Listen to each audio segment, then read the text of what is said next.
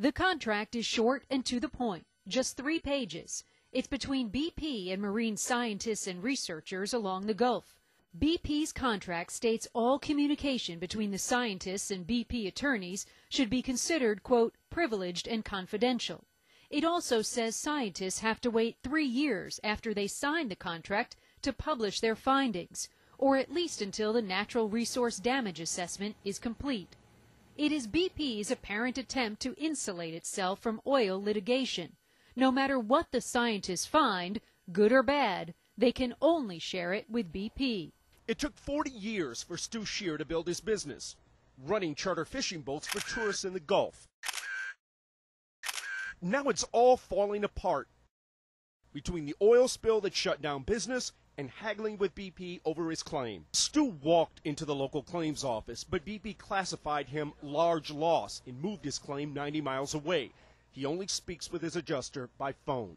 They wanted 2007, 8, 9 returns. They wanted my log books. They wanted my bank statements. They wanted all my licenses, P&L statements. So you laid out everything, all this paperwork, everything, to the number, to the penny, virtually. And when you itemized these costs for BP, you even accounted for that you wouldn't be using fuel. That's right. So if my boat didn't leave the dock, I wouldn't have fuel, bait, rods, reels, ice, contract labor. My gross was $162.8.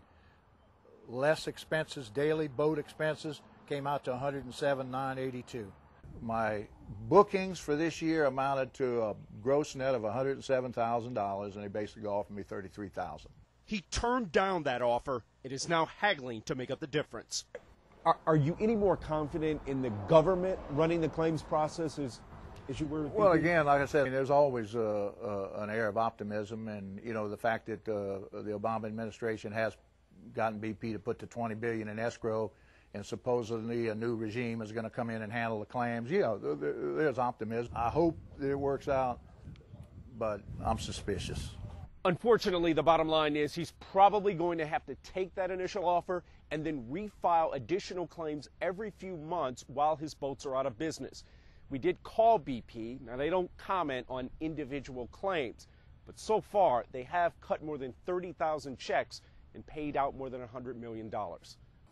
Investigators trying to determine what caused the Deepwater Horizon oil rig to explode turned to the chief engineer of Transocean, the company that owns the rig.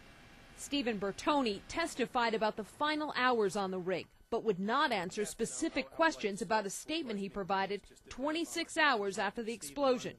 The embattled CEO of oil giant BP, who famously said he wanted his life back while overseeing the company's response to the Gulf oil spill, is apparently getting just that. Tony Hayward will step down on October 1st. Robert Dudley, a longtime BP employee, will take Hayward's place.